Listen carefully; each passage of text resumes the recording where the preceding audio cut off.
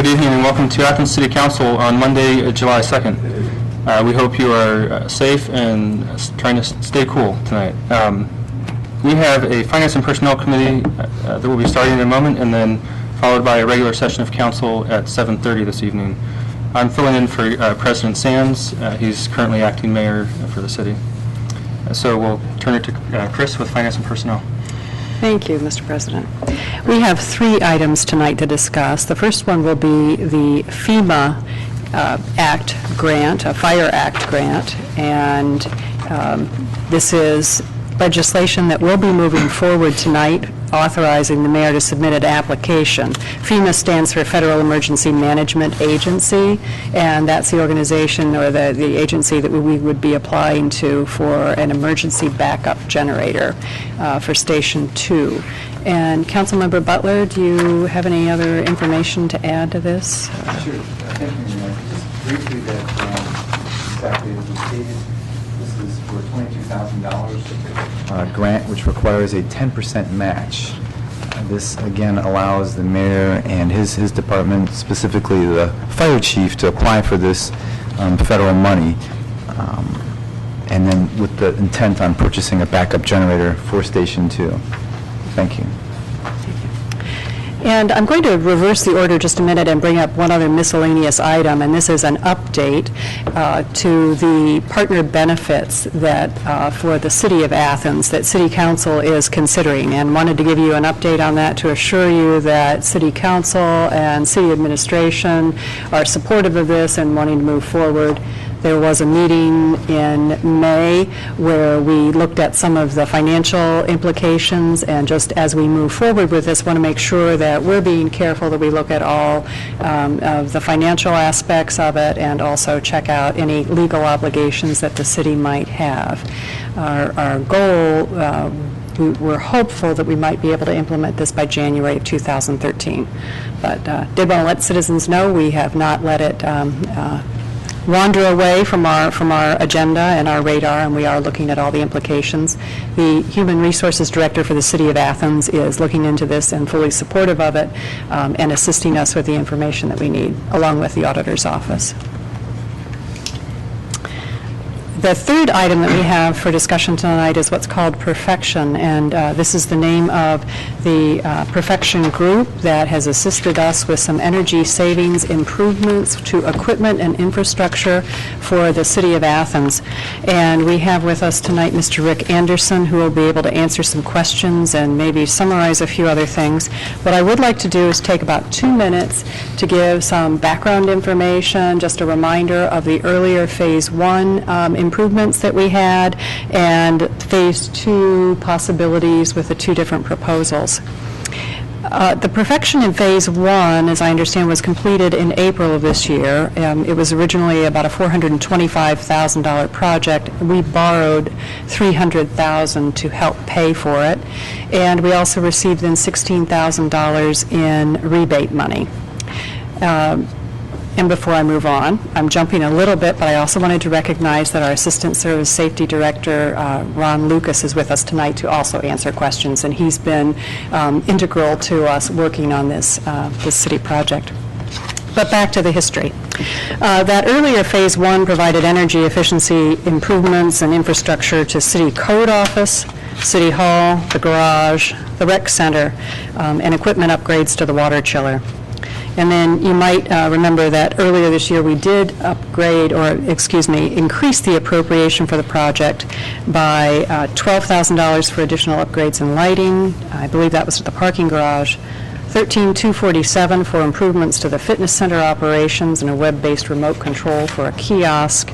And then $3,000 for code office window upgrades. So that brought the total project cost to approximately $453,000. And I do remember that at the review of this Phase 1 completion, my colleagues, Council Members Gosney and Patterson, did voice concerns that we were already charting that, and so he'll have some information for us tonight. Phase 2 possibilities, which we were presented with several months ago, I believe, probably, brought to us two possibilities for the next set of upgrades, one of which would bring a total project cost of $739,000, and then another possibility which would be $385,000. The $739,000 would, if it had a finance rate of 4.5 for 15 years, would mean that the city would be obligated to pay annually $68,000 towards the debt service on this. This option, the more expensive one, would include retro commissioning, automation controls, mechanical upgrades, water conservations, a building envelope, which we'll have some information on the definition of that a little bit later, and the lighting. The second proposal, the $385,000, the lesser expensive of the two, would have with a finance rate of 4.5 over 15 years, would carry a lesser debt service payment per year. It would be $35,896. For this one, there would be no retro commissioning or mechanical upgrades or water conservation upgrades. The other thing that I'd like to draw council members' attention to, in addition to receiving that one, is a spreadsheet that the auditor's office provided with us. Because while the first set of information on the simple paybacks for us kind of grouped it as a city, here's the total package and here's the payback, what the auditor's office did for us is say, we're going to split this out and look at the city building, city hall building, the law office building, those kinds of things I believe would be charged to the general fund. Other improvements, like to the water treatment plant, wastewater treatment plant, or to the public works, would be charged to against proprietary accounts. So the financial implications on them are quite different. So I'm not sure if council members have this with them tonight. Hopefully so, the phase 1 and phase 2, the different options. I will just very briefly point out a few of the differences what that brings about by looking at them by fund account rather than as a whole. What happens then if we looked at the improvements made to City Hall, the law building, the fire stations, the garage, Habitat for Humanity, and the municipal court? Those would all be charged to the general fund. And the analysis says that we would potentially spend $462,000 to save $14,000.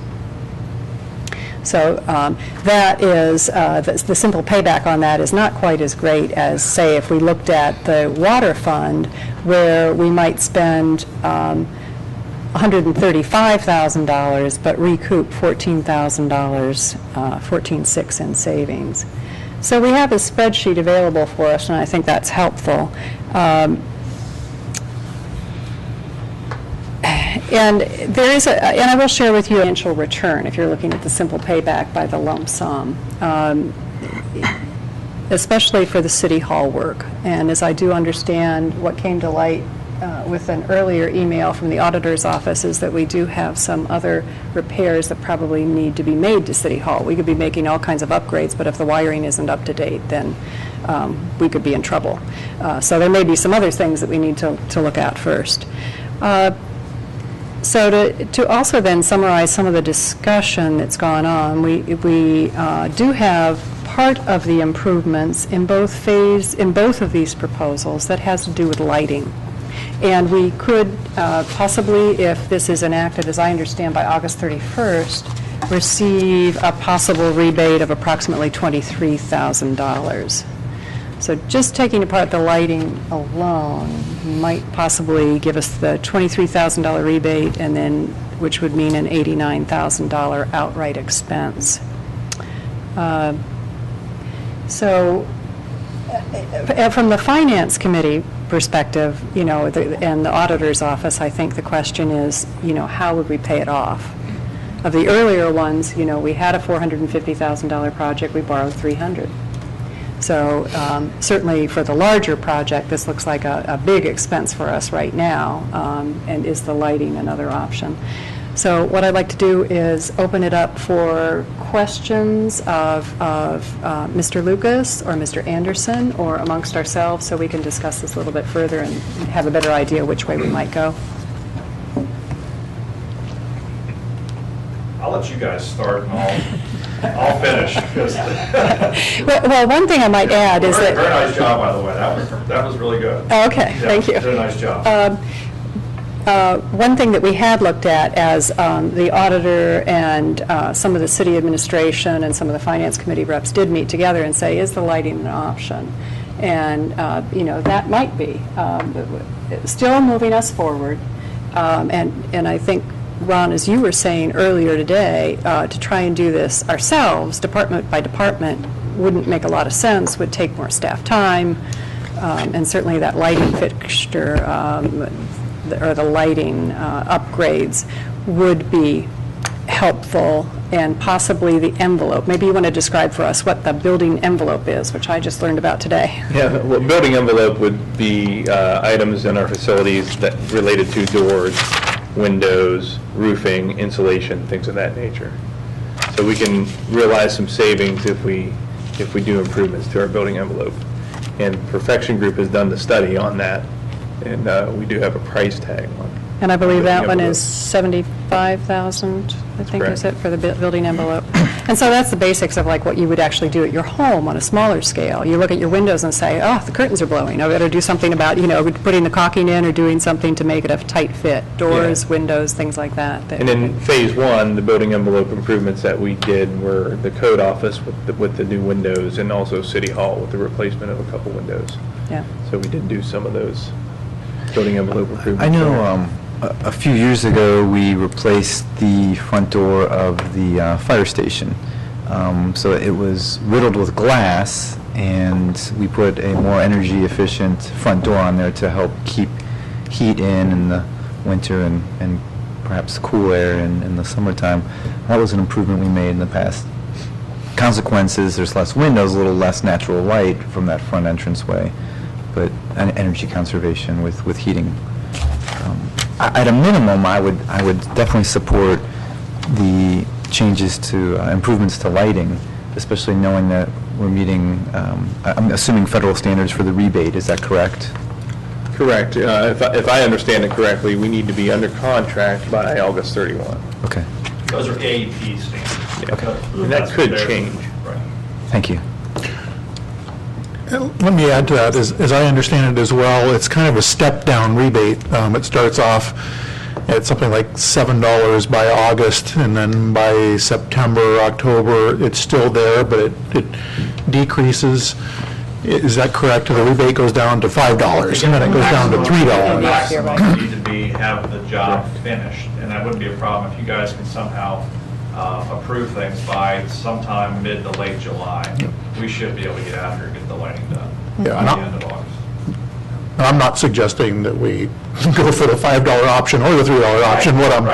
I agree with Member Butler in that this makes a lot of sense to me. One of the questions that I do have, though, is one with, and I don't want to get into a whole lot of detail, but with the automation upgrades, has a survey already been done to make sure that the electrical systems within the buildings in which these are going to take place can handle? Well, yeah, and that, yes, yes, Can I ask that you have a seat at the table here, just so the microphones can pick you up? Yeah. First of all, I just want to make sure you guys understand, we did this when we first started talking to you folks back in 2009, before we even got to the RFP. We did some preliminary analysis on just energy usage, but also we kind of did a building walkthrough. This big fat book, which some of you have maybe seen, there was probably 4 or 5 copies around when we first handed these out. This is an engineering study that probably cost us $30,000 to $40,000. So I think that's what a lot of folks are confused about, is how did you guys come up with all this information? And if you went out and hired an architect or engineer to do some of the work that we've done in this, you'd probably spend anywhere from, especially on like the HVAC, you'd spend anywhere from 10 to 15% just by going out. And you guys have probably done that on some other similar projects. But if you hire an architect or engineer, and a lot of folks have in their mind that I've got to go out and get an architectural or engineering opinion. We're a design build mechanical contractor, and I've got an article in here I want to pass out to you when I leave.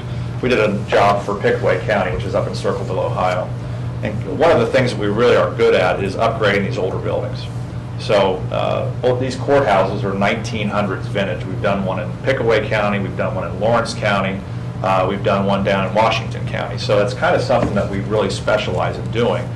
But we gave you a study 2 years ago, basically in all the stuff that you're talking about. So the issue about the electrical, that maybe has changed or worsened in the last couple of years. Again, remember, this thing's 2 years old. So again, we would probably want to make sure that if we went ahead with the larger project, make sure that the electrical is in fact. The whole goal with this project is a non-change order project. So the numbers that we gave you, we just fine-tuned them a couple months ago to get to the number that we came to. But typically, the only change orders that happen in these projects are asked for by the customer. So again, a lot of times companies will come in and say, hey, for X, you're going to get Y. But by the way, 5 weeks down the line or whatever else they're saying, well, we can't do that because you need to upgrade this or that. This is pretty much a no change order project, but we would make sure that if we did do the larger size project that needed some electrical work done, we would make sure that that's in fact what we talked about, if that makes sense. Thank you. Yes, Auditor Hecht.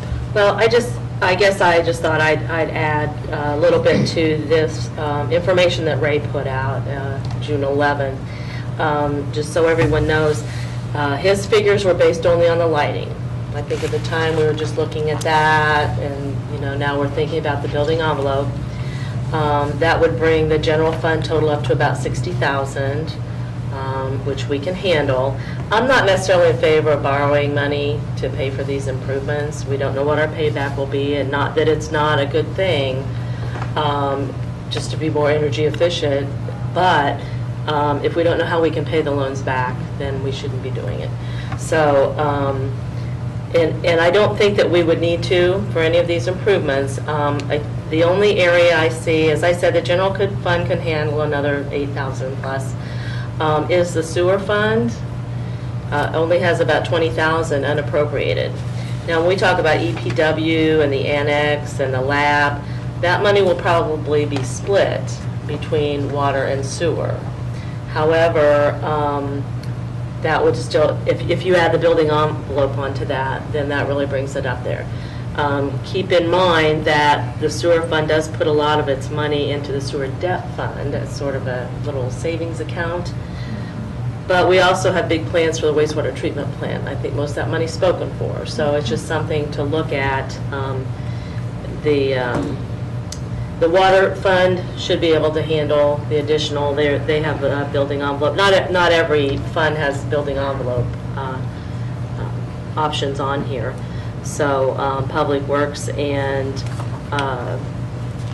their two building envelopes amount to another $40,000. So that's something to add on to the $32,000 and then be split between those departments.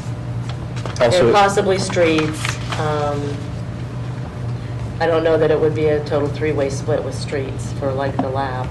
and if I may, Kathy, there were some further building envelope improvements that we discussed with Perfection that aren't on here yet, particularly Arts West and further ones in City Hall, was it? Yeah, I think so. So Okay, that so would the numbers would go up. would also change on those. Now, Arts West would be covered under Recreation, and the Community Center both have healthy unappropriated balances. However, the Community Center does have a big loan hanging out there from the last time around.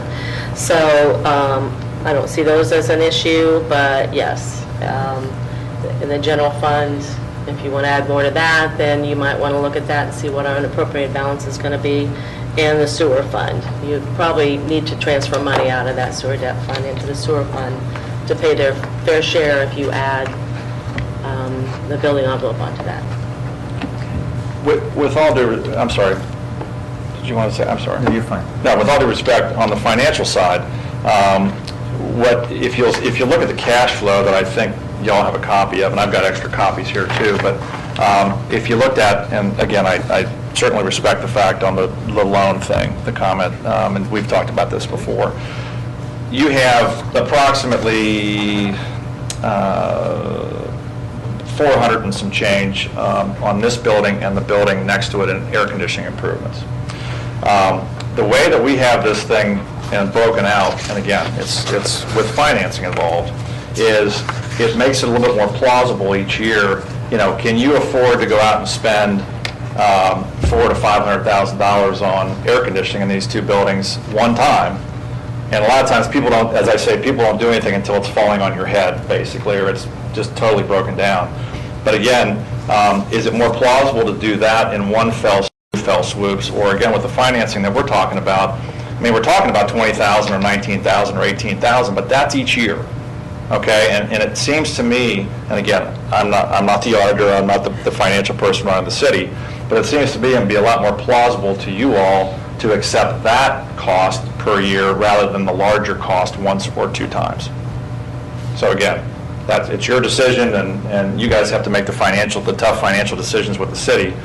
But it would seem to me that you would be able to, it would be a little bit more plausible for you to have that. It's still a minus, but it's a lot less of a minus than it would be if you had to do the whole fell swoop. Which, again, the systems in the first floor system here, again, understand, you've got window units that are fighting a boiler. A lot of times, and Ron can attest to this, you got two systems running at the same time, which is not good from an energy efficiency standpoint, but also from a mechanical perspective. There's no control over anything. Stuff's just running wild.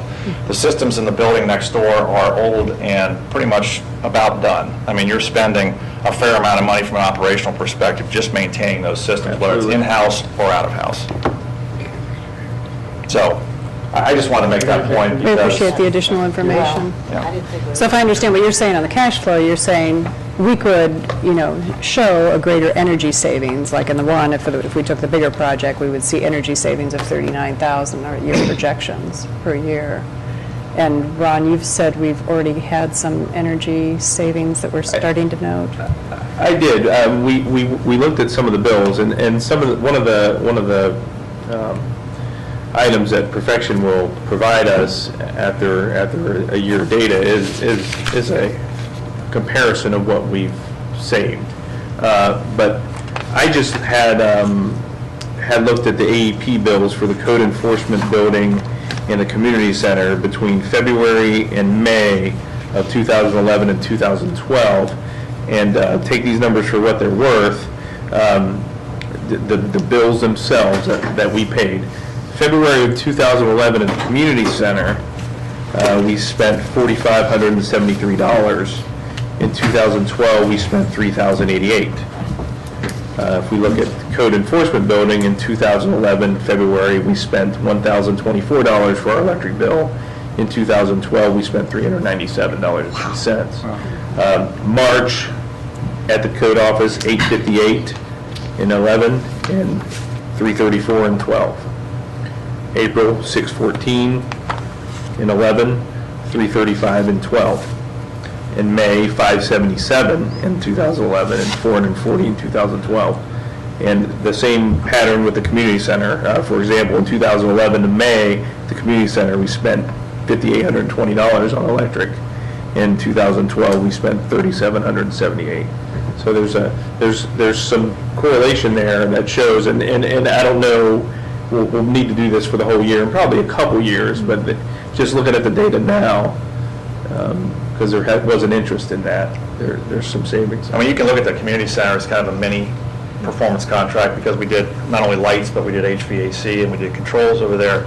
I mean, that was a great example of how it could work globally, rather than in one building. I think that's kind of the reason that we took that building, was to see how we did, and it really turned out well. Yeah, so in just doing the quick math, so far in that 4-month period, we've saved $1,500, $2,500, $4,500, almost $6,500 in 4 months at the community center with our electric bill. And that's just, yeah, and that's just considering the savings, not necessarily additionally the environmental impact, which is a whole different number. And I think we're running out of time here. It seems to me that the lighting and the envelope is pretty much a no-brainer. If we can find the money to be able to do that, I think we should. It will pay back very quickly in terms of the energy savings and comfort in those buildings.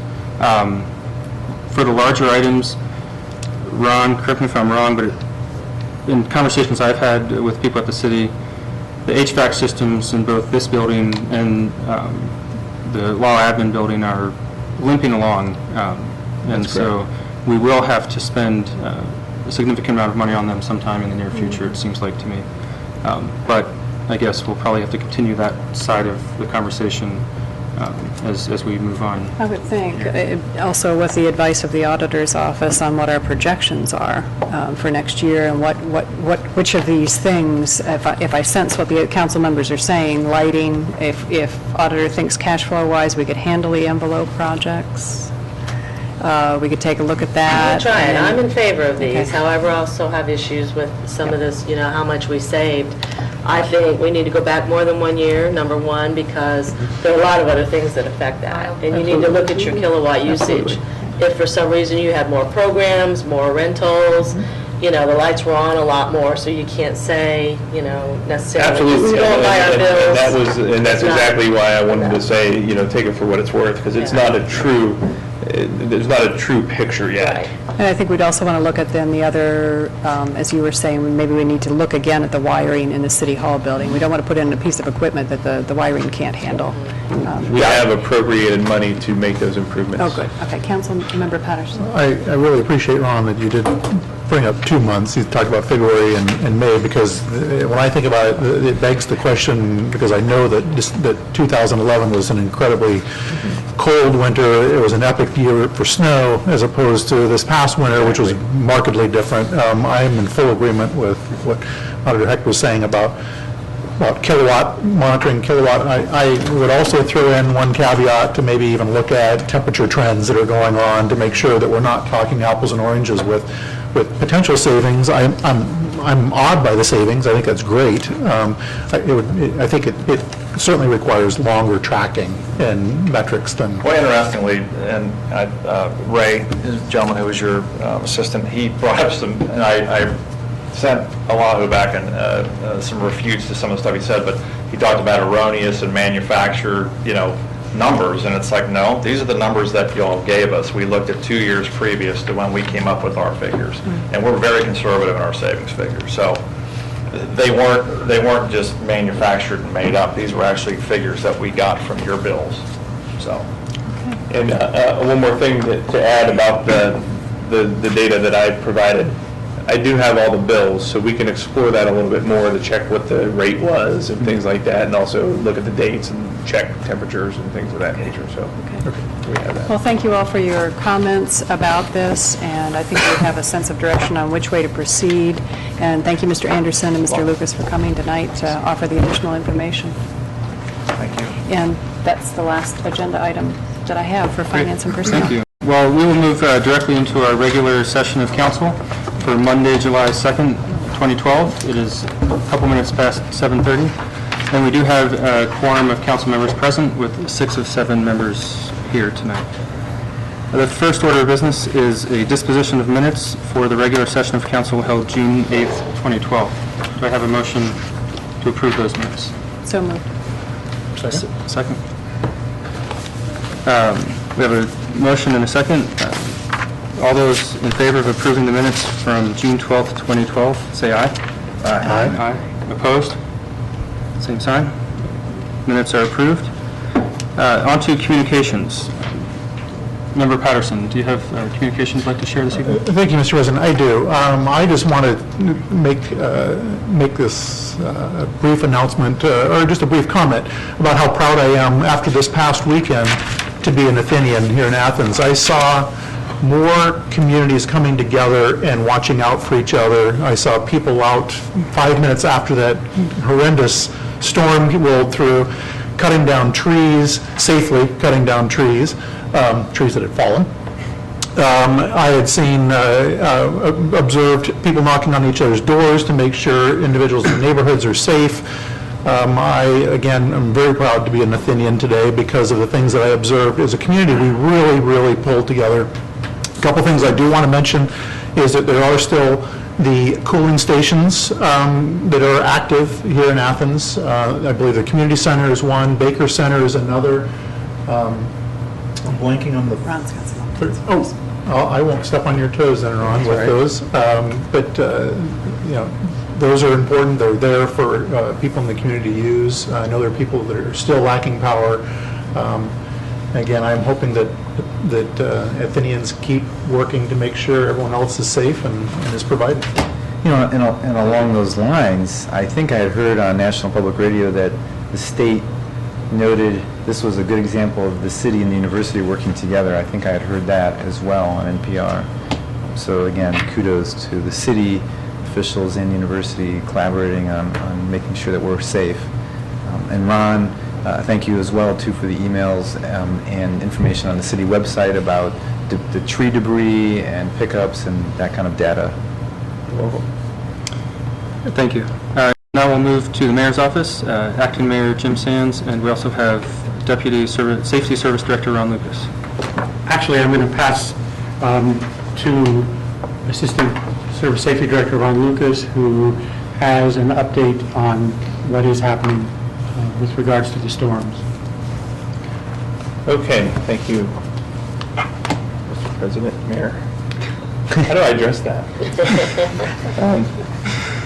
Yeah, the gist of it is Friday at about 6 o'clock, 6:30. Friday should have been June, was that 29th? Yeah. A microburst really hit the community, and the impacts on the community since then have been really catastrophic.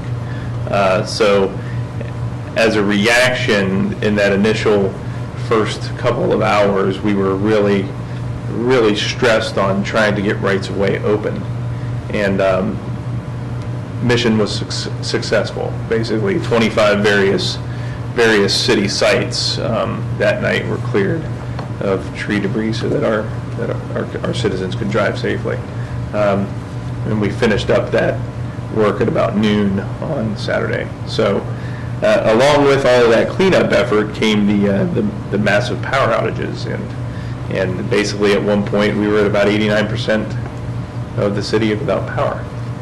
And AEP has done a lot in terms of rechanneling resources that they have had around the state to Southeast Ohio.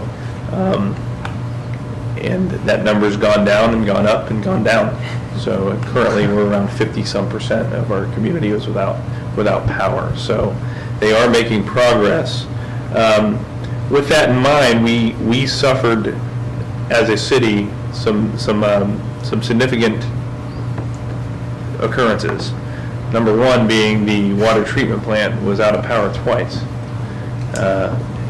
The impact of that we haven't really felt, because with partnerships with Ohio University, we were able to keep things running. And basically those things are both from a water treatment plant and a wastewater treatment plant perspective, particularly the Highland Reservoir, the Curtis Street Reservoir, and the Depot Lift Station. The Highland Reservoir, if it goes empty, we lose water to a significant section of the central part of the city and the plains. If Curtis Street Reservoir goes empty, or I'm sorry, Longview Tank goes empty, we lose the south side.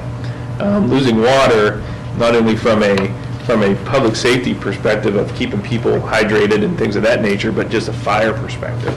Not being able to protect our citizens from a fire standpoint is a scary thought.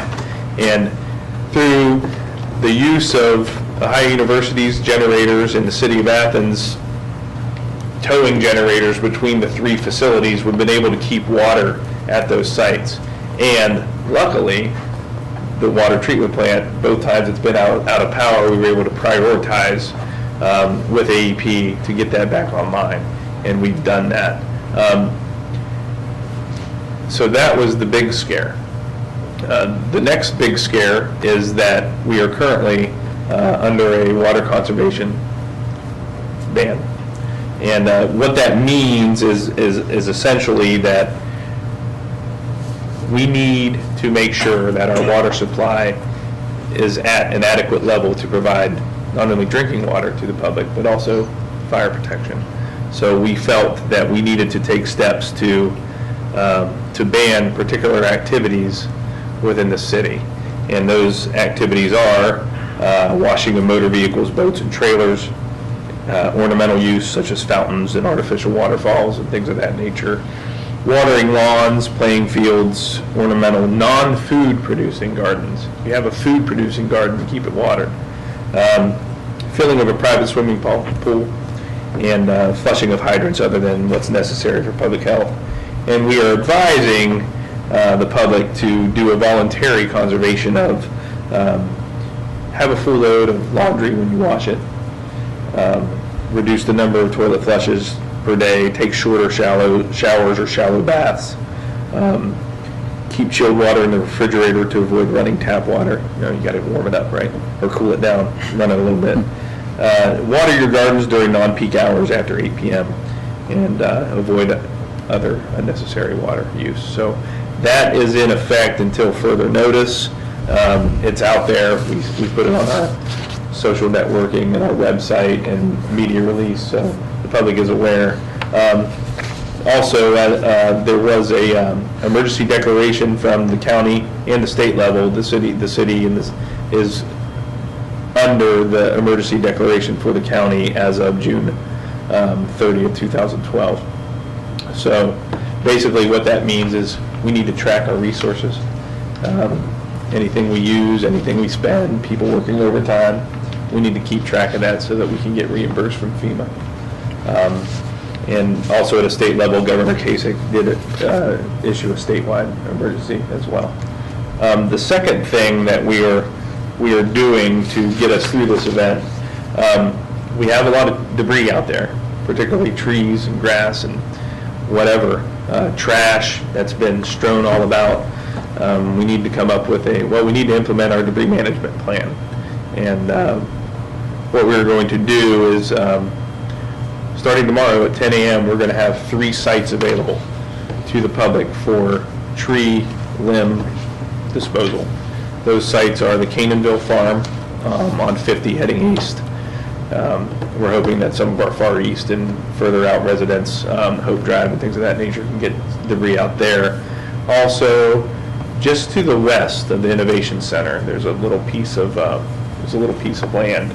There's a gravel parking lot, and we'll sign this correctly. We'll have a site available there, and we'll also have a site at Dairy Lane Park, just to the northwest of the parking lot down there for our south side residents.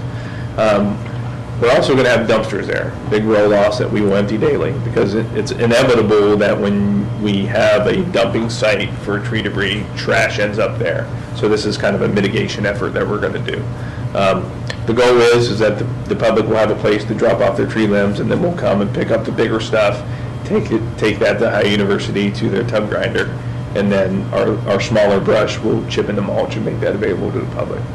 And then starting on July 9th, we'll have a curbside free pickup for all tree limbs that people have from their yards and things like that. We'll run that for about 2 weeks. So those are some of the things that we're trying to do to get us through the event. As far as the power outage, it's tough. From an AEP standpoint, it's a catastrophic event, and from a citizen standpoint, it's a catastrophic event. To not have power for 3, 4, 5, 6 days, there's a lot of impacts there. Your food goes bad if you don't have backup generation. People are hot, so there's some safety issues there, particularly with our elderly and people that have trouble getting around, our disabilities population, our young children, and our infants. We need to provide ways for them to cool off, and we did that. Could we have? There are 2 cooling stations in the city. One is at the community center, and we're going to leave that open from 6 a.m. to 9 p.m. for as long as there's power outages. And we're also going to have the pool available during regular business hours for free. And the Baker Center cooling station is in operation. I believe the hours need changed on the correspondence that I put out. I believe it's 9 a.m. to 6 p.m. or something like that, but I'll send something out to revise that time. So those are some things that we can do.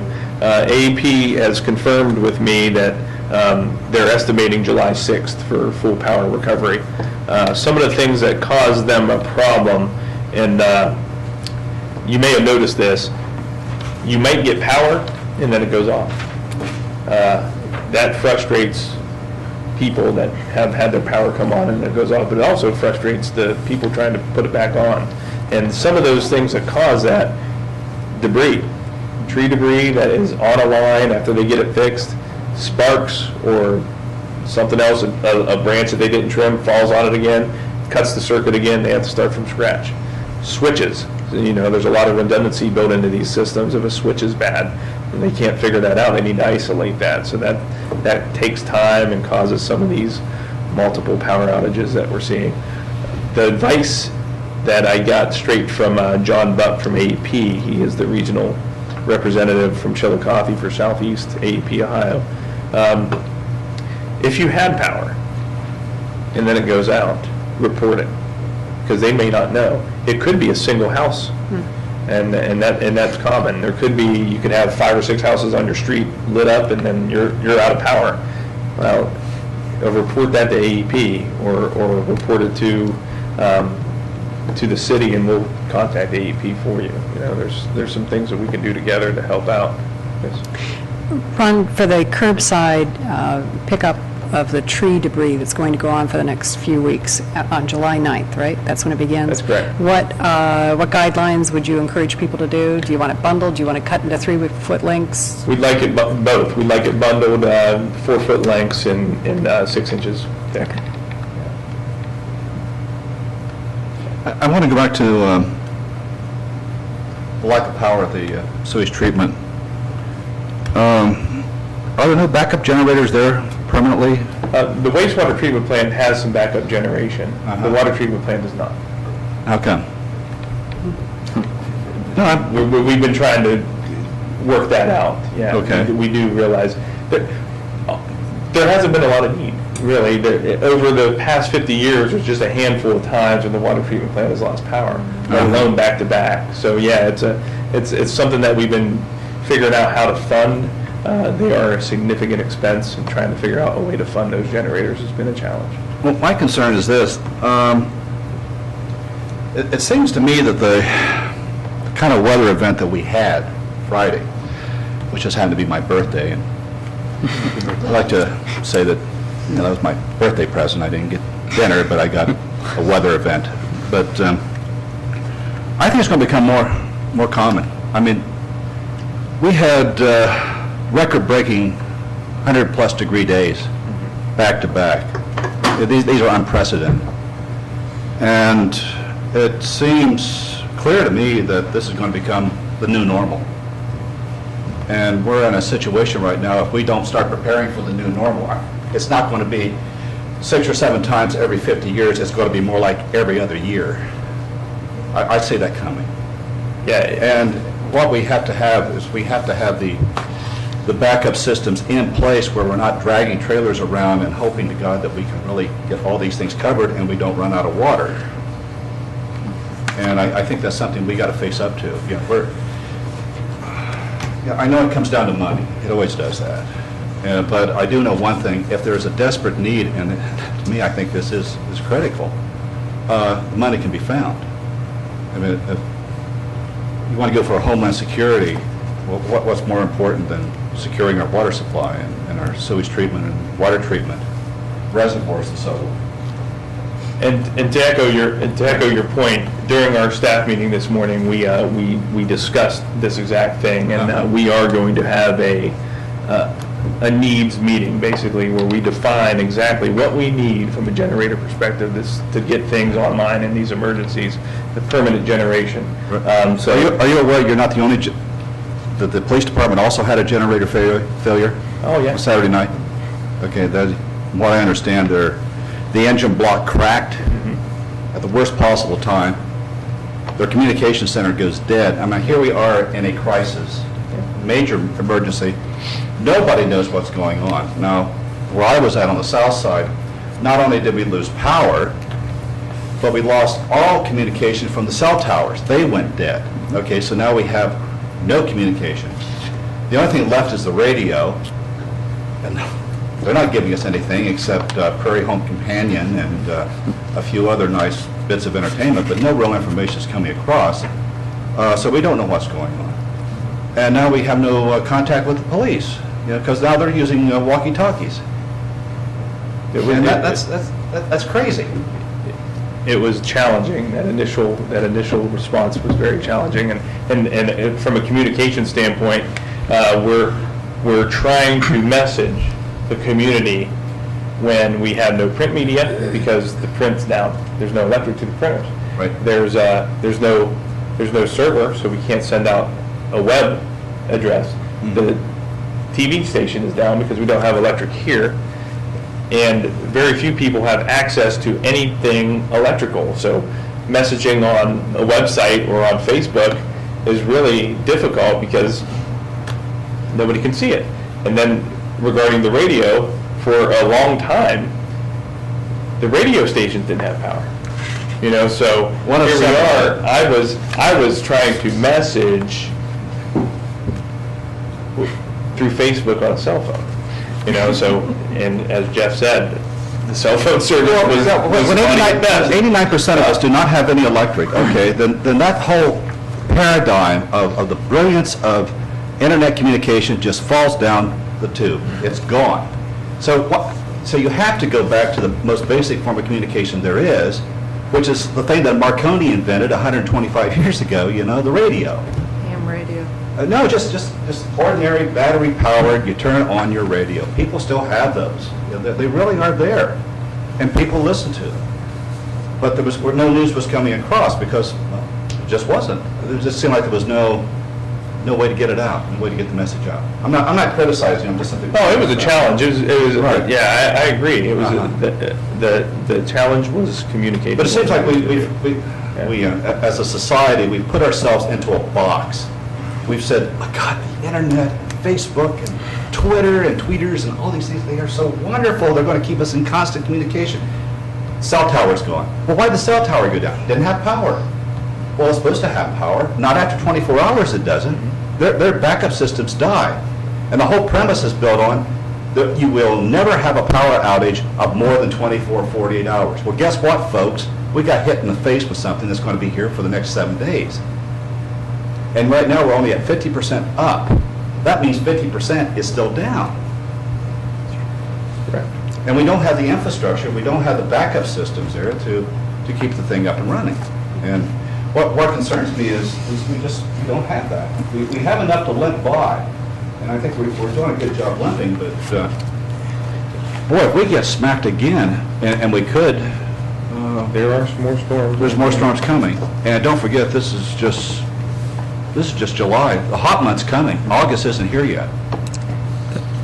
Thank you, Member Eisner. Mr. Lucas, do you have more to share with us? I do. Is it appropriate to do the other communication? Just a couple announcements from our standpoint. There are a number of things that hopefully give some people some normalcy over the next couple of days with the 4th of July. The community center and the city pool will be having a number of activities tomorrow, starting around 4 o'clock, and also on Wednesday with the beginning of the fun run and the parade that will be going on. Fireworks tomorrow night at 10 p.m. Pool is free, not only in conjunction with the power emergency and the cooling station, but it was going to be free anyway. So for July 3rd and July 4th. So lots of stuff to do if you would like to come down to the community center and have a good time. Also, one more thing. On Thursday, this is significant. The Hooper Street Bridge, which suffered the unfortunate track hoe incident that caused some damage to the rocker and deck. ODOT's really moving quickly on it.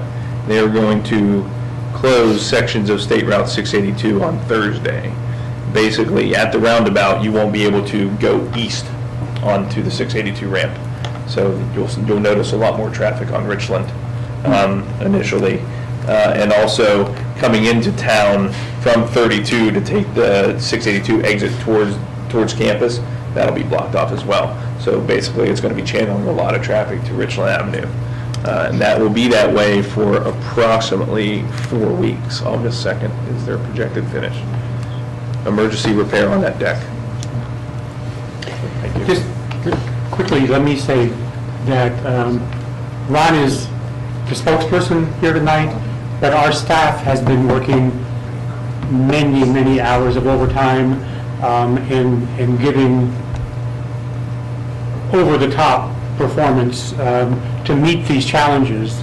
And Ron is exactly correct, and he said that they've already scheduled meetings to say, hey, let's fix it so it doesn't happen again. So, thank you. Yeah, we can't thank you and the city staff and all the emergency responders enough for everything you all have done to keep us safe and get us back to what would be more like a normal life to most people today. Can I make yeah. a brief comment? I wanted to mention this. I received this from Captain Ralph Harvey, and again, this is just kind of something that I think everyone is common courtesy needs to keep in mind. This comes right out of Ohio Revised Code, but with traffic lights down and not having traffic lights, it's right away. So everyone, please be kind, come to a full stop, whether you're used to that or not. And I saw. Four-way stop. It's a four-way stop, so everyone take your turn. You will get to where you need to go. But I know Saturday morning I saw a lot of people just rolling right through, and it's like, let's be safe, let's be smart, and let's be kind to each other. So, Thank you. All right, do we have any report from Auditor Heck? I do. We just finished our tax amnesty Friday, and as expected, we had quite a few people knocking on the door on Friday.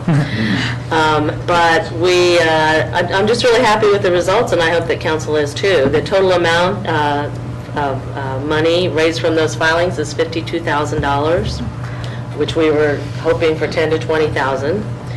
And 37 of that, almost 38,000, is from new tax filers, people that we would not have caught otherwise. There were a few people who've been avoiding us that did come in and take advantage of the amnesty, but we got quite a few people that we had no idea were out there that owed us money. So 38,000 out of the 52,000 is new money, and now we have all these people in our system. So we worked pretty hard on all of this. It's been busy in my office, but I think it was well worth it. Great, thank you.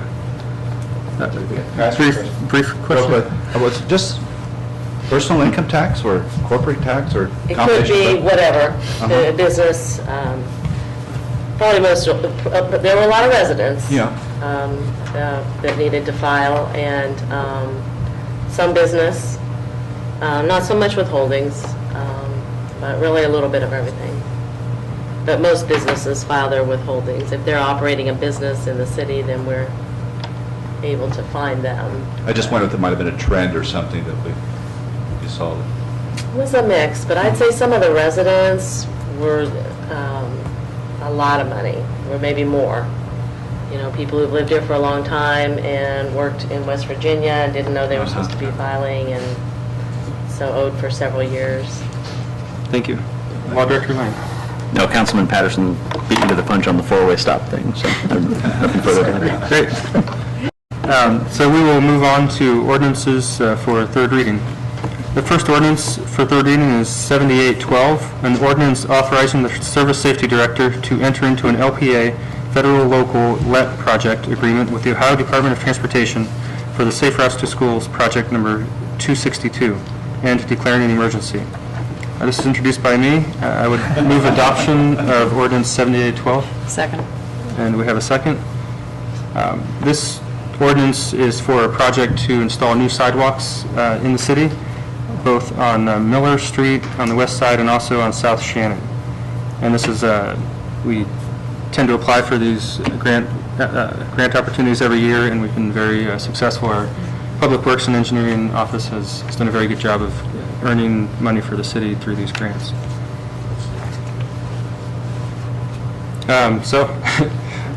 All those in favor of ordinance 7812 signal by saying aye. Aye. All those opposed, same sign.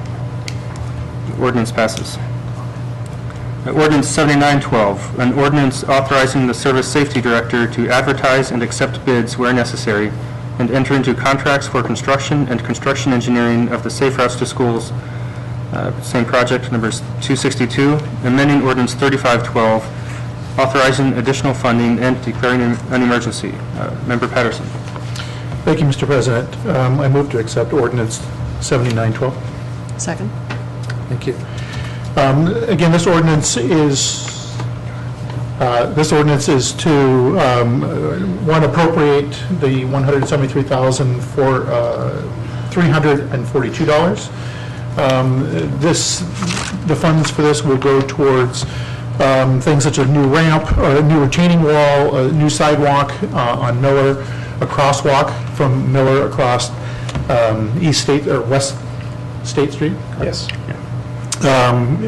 And sidewalks, but again, this is all part of the Safe Routes to School, and will make for a nice continuation of sidewalk going down through that particular area. Any questions on this ordinance? A motion and a second to adopt. All those in favor signal by saying aye. Aye. All those opposed, same sign. The ordinance is adopted. Ordinance, I'm sorry, President Gaston. yeah. I just wanted to mention that the request for the crosswalk has been implemented into the plan, and you want to see the revised plan, I have it. Great, thank you. Sorry, I missed your arm. That's all right. Too late. Ordinance 8012, an ordinance amending the 2012 appropriation ordinance, introduced by Councilmember Patterson. Thank you, Mr. President. I move to accept 8012. Second? Thank you. This particular ordinance, again, is to appropriate $8,500 for the demolition of a house down on 21 Hawking Street, thank you. And that $8,500 will be added to the property tax itself. Thank you. All those in ordinance of ordinance 8012, signal by saying aye. Aye. Opposed, same sign. The ordinance is adopted. Now we have ordinances for second reading, or an ordinance for second reading. This is ordinance 8112, an ordinance amending the 2012 appropriation ordinance, introduced by Member Nicely. Mr. President, I ask that we consider this under suspension of the rules. Second. Second, and the reason for suspension? And the reason is that we need to move this administrative money along to the agency that's responsible for the grant. Any discussion, any further discussion on suspension only? And we'll be voting on suspension. All those in favor of suspending the rules, signal by saying aye. Aye. All those opposed, same sign. The rules are suspended for ordinance 8112. Thank you, Mr. President. I move adoption of ordinance 8112. Second. And this particular ordinance is for $35,000 that will be appropriated for fees to HAPCAP, and these are for the administrative fees to Lakefront, which is the agency that, along with HAPCAP, runs our Go Bus program for the city. Thank you. All those in favor of ordinance 8112, signal by saying aye. Aye. Opposed, same sign. Ordinance 8112 is adopted under suspension of the rules. We move to a single ordinance for first reading tonight. It's ordinance 8212, an ordinance authorizing the mayor to submit an application for a Federal Emergency Management Agency Fire Act grant and declaring an emergency, introduced by Councilmember Butler. Thank you, Mr. President. At this moment, I request that we consider suspending the rules because of deadline of the grant. Do we have a second? Second? Any discussion on suspension of the rules only for this? All those in favor of suspending the rules on ordinance 8212, signal by saying aye. Aye. All those opposed, same sign. The rules are suspended. Thank you, Mr. President. I would also like to consider accepting this ordinance 8212. Second? And we have a second? Okay, and I'll describe, we talked about this briefly in committee earlier. This, again, is very relevant and apropos to what we were just discussing with safety and the needs for purchasing generators. This would be a backup generator for Station 2 at the fire station, and for a $22,000 grant with a 10% match. And this would be through the FEMA, Federal Emergency Management Agency.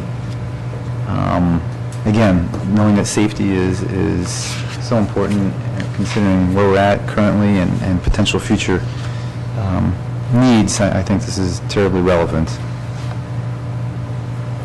Thank you. Any comments or questions on this ordinance? I have one. Member Eisner? I think we should do it. Tell us how you really feel. Why does that not surprise me? Great, well, thank you. All those in favor of ordinance 8212, or, I'm sorry. Basically, it was an old generator moved over, and the new generator put in at Station 1, so basically, we're operating an old generator that doesn't have a lot of life left. And we've had experience with old generators recently, so, unfortunately. All right, we have a motion to adopt and a second. All those in favor of ordinance 8212, signal by saying aye. Aye. Opposed, same sign. The ordinance is adopted. Now, we move to announcements and other business. Do we have any committee meetings that need to be scheduled for next week? Is that a Finance or Safety. Safety. safety services? Possibly And finance. Probably finance and personnel, as we always have things come up under that committee. Any other announcements or other business? Now we have an opportunity for citizens to speak on legislative items and city services not covered on the agenda. No one wishing to speak tonight to us? Sam? Mr. President, let me just ask Ron to speak one more time about events of July 3rd and 4th that are going on in the city. A lot of stuff. Yeah, a lot of stuff. Let me revisit that form here. Basically, starting tomorrow, July 3rd, the city pool will be open to all for free. And if you could bring a food donation, and the proceeds will go to the Athens City and County Food Pantry. At 3 o'clock, there is a fabulous Fourth Queens Evening Gown and Talent Competition inside the community center, sponsored by Cornwell Jewelers. And then there's open stage starting at 4 p.m., and that music will be available behind the pool all the way until the fireworks kick off at 10. On July 4th, there will be a 5K, 5-mile, and 10-mile run and walk. For all those interested, registration begins at 7 a.m. at the community center, right along the bike path site, the trail from the courts, basketball courts to the path. There'll be a parade. The route is going from University Terrace to Union to Court, all the way up Court Street to Carpenter to State, Morris to May to Lincoln. And it will disperse at the public library. So quite a few units actually, so it'll be a good time. The lineup starts at 8:30. The parade will start at around 9:30. And then also on July 4th, there is the pool is open and for free, and there is a dog show at the dog park on the east side dog park, and there is a pie baking contest where there's 30-some pies entered, and I'm a judge, so I feel if I could have a donation of Tums, I'd be. There's also a hot wing competition and a live DJ until 5 o'clock, and there's all kinds of stuff going on, so. All of it free. All of it free. Thank you. And before the storm that really hammered this part of the country, we had a wonderful brew week. So many thanks to all the organizers of that event. I know there were many people in from out of town, as there always is, for that. And I guess just in closing, many thanks to the emergency responders. If you see one in your neighborhood, make sure you stop and say thank you for the hard work they're doing, and stay safe and watch out for your neighbors. And we are adjourned. It's about 10 after 8.